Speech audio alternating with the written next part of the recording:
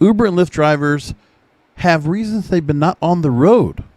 We're learning about that now from an Insider.com article where they explain that Uber and Lyft are desperate for drivers. And here's what drivers say is keeping them off the road. Let's go and talk about it. First of all, the riders are starting to return to the apps, but drivers are more reluctant, and the shortage has forced the companies to charge riders more and bribe drivers to come back. And more than 20 drivers talked to Insider, saying they're staying away and what could get them to log on again. So I'm going to take this with a grain of salt, who these 20 drivers are, where they're located, and what they're going to say. You know, if I knew like the makeup of the cars, are they driving for Uber X or are they driving for the XL, the luxury division? I want to know what that's all about so I can get a good idea as to why they're doing what they're doing. So I want to get that part. So drivers told Insider they're simply waiting for more of the public to get vaccinated or are fine with riding it out on stimulus checks or unemployment for now. Come on. You're telling me that you guys right now, with the opportunities that are going on as Uber and Lyft drivers, that you can't take the opportunity like I have for the last 3 months. Actually, I've been doing this for longer. But honestly, I've done well driving for Uber and or Lyft and making at least $20, $30 an hour in a small car, in a compact car. And I've been doing just fine. And I know other people out there are getting $40 to $50 an hour for other rides. The thing is, it might be where you are. Now, the airports are getting more domestic flights. We might not be getting international flights, which is a different story. But it doesn't mean that you don't have people that are flying in. A lot of domestic flights. Yeah, no conventions? Sure. But there are still things that are going on that shouldn't hold you back. Just because you're waiting for the hotel and the convention and the tourism traffic to come back? No. It is coming back. Now, maybe I'm just, because I'm in Florida, it might be a different story. Now, here's what they also told Insider. Multiple drivers told the Insider that they were still holding out for better offers, even as Uber acknowledges the pay will likely drop again if and when more drivers eventually come back, creating a paradox that could signal a driver shortage and thus more expensive rides for some time. So they're going to refer to California on the issue of the Proposition 22, the passage that was a law by voters passed in 2020 of November, locking them out. The legislation locked them out of a state-mandated minimum wage and health care benefits, and some of the drivers Insider interviewed said they considered that a last straw and no return to either platform. Well, there's nothing that's replacing it. If there is, you would have to go ahead and pay in advance to work for a company to go ahead and ride for them. And you're going to still have to pay for some kind of a shield for you to go ahead or some kind of a taxi license to go ahead and drive a taxi around. That's the other problem you got to deal with too. Plus the cut you're going to have to give to them as well, which is more of a cut than what Uber and Lyft are going to give.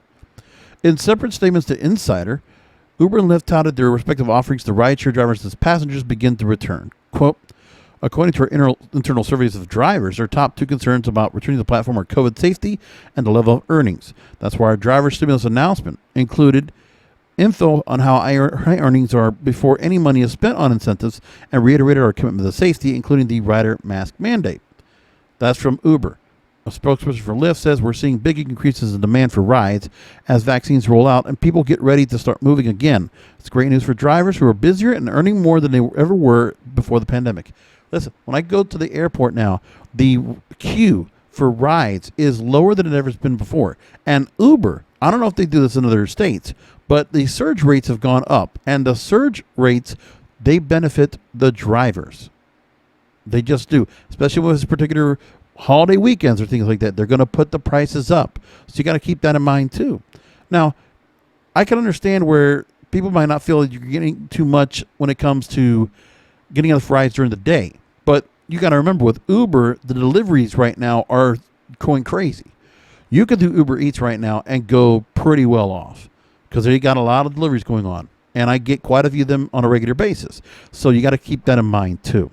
So let's go ahead and get more of what these 22 drivers that talked formerly with Uber and Lyft, by the way, not employed by Uber or Lyft. So I don't know when they let go. There's no information about this. So I take this all with a grain of salt.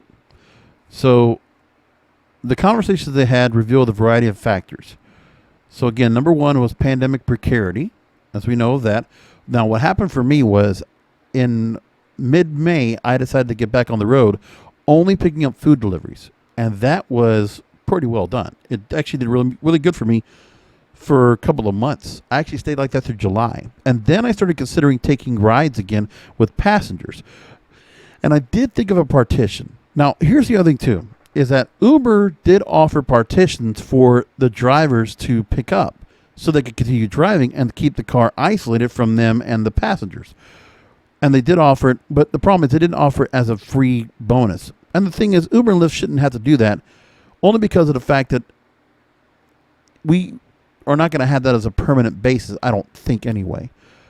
But the partitions were made available, and they did make the deals to get them at a discount. So if you really wanted to do that, and you were going to make significant money, you could pay $60 to $80 to $100 to get a partition. And then on Amazon, they had these things on like that all over the place, where you could put them up on your car, and you could go ahead and take rides that way. And also, the same thing goes with having all the precautions that they offer. So disinfectant wipes, hand sanitizer, and I take cans of Lysol with me, and I spray down the car in the back seat on a regular basis for every drive I have, and I'm masked. And everybody else is the same way. So there's that part. Plus, Uber and Lyft rolled out their coronavirus sick pay policies, which has strict eligibility requirements and forcing many drivers to make a difficult choice between their physical and financial health.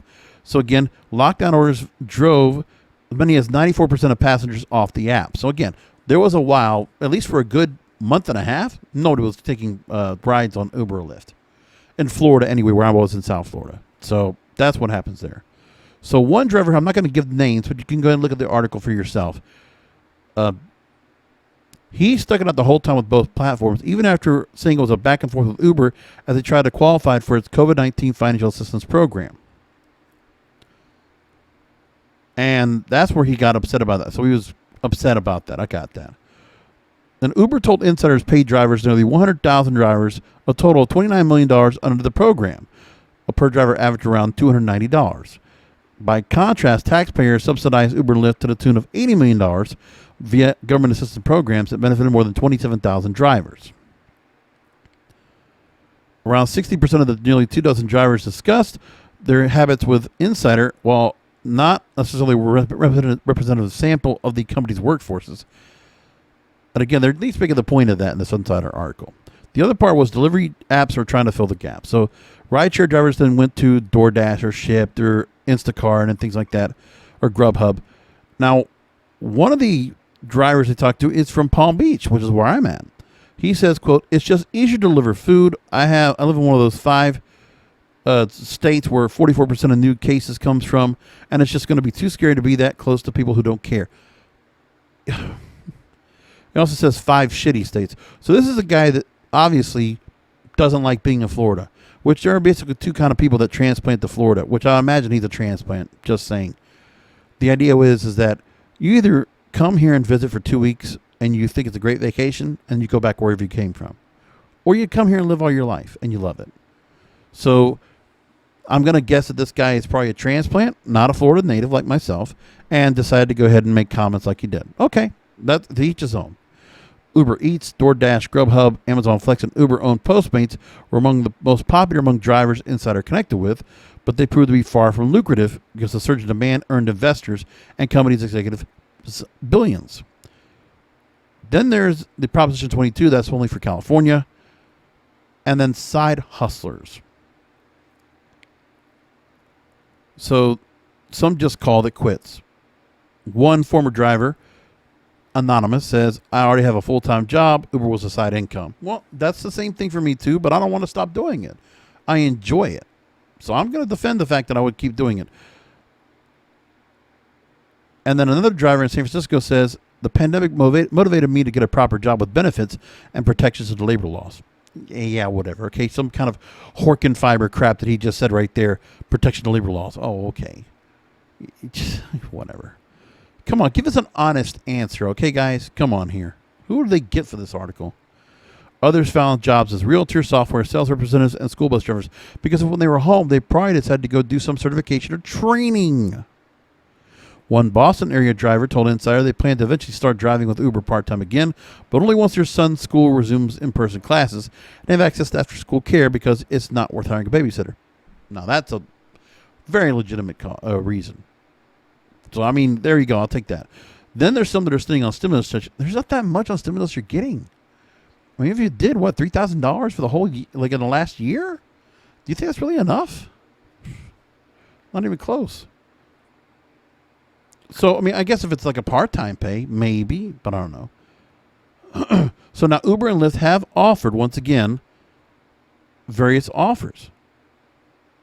One other person says, unemployment nets me the same dollar amount. Okay, then go sit at home, buddy. Also, South Florida driver. How about that?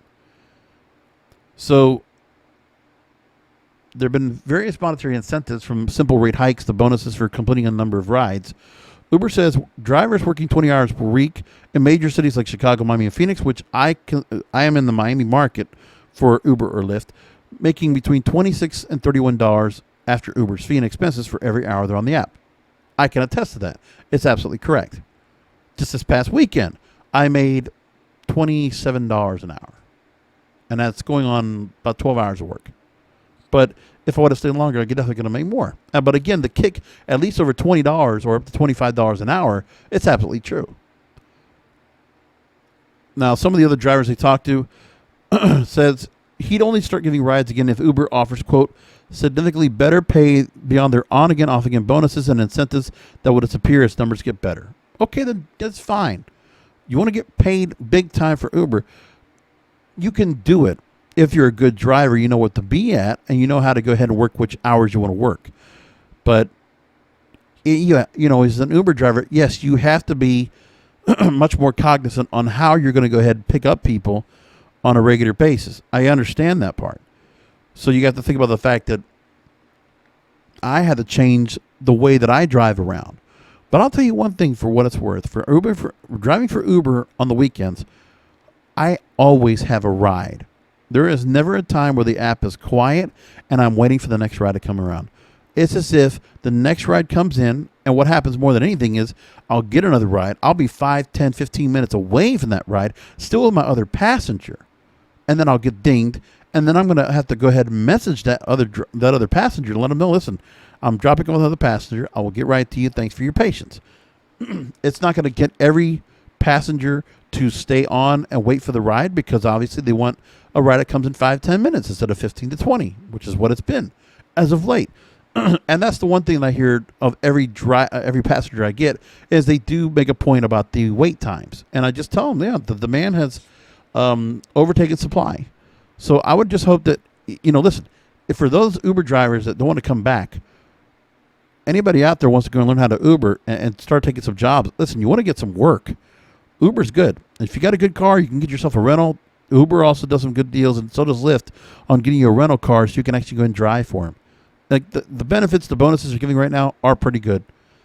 It wasn't as good a week as I've had the last 6 to 9 weeks, but this was still, for this weekend that I did, it was still better than what I'm normally accustomed to. So I would still say, hey, keep trying it anyway.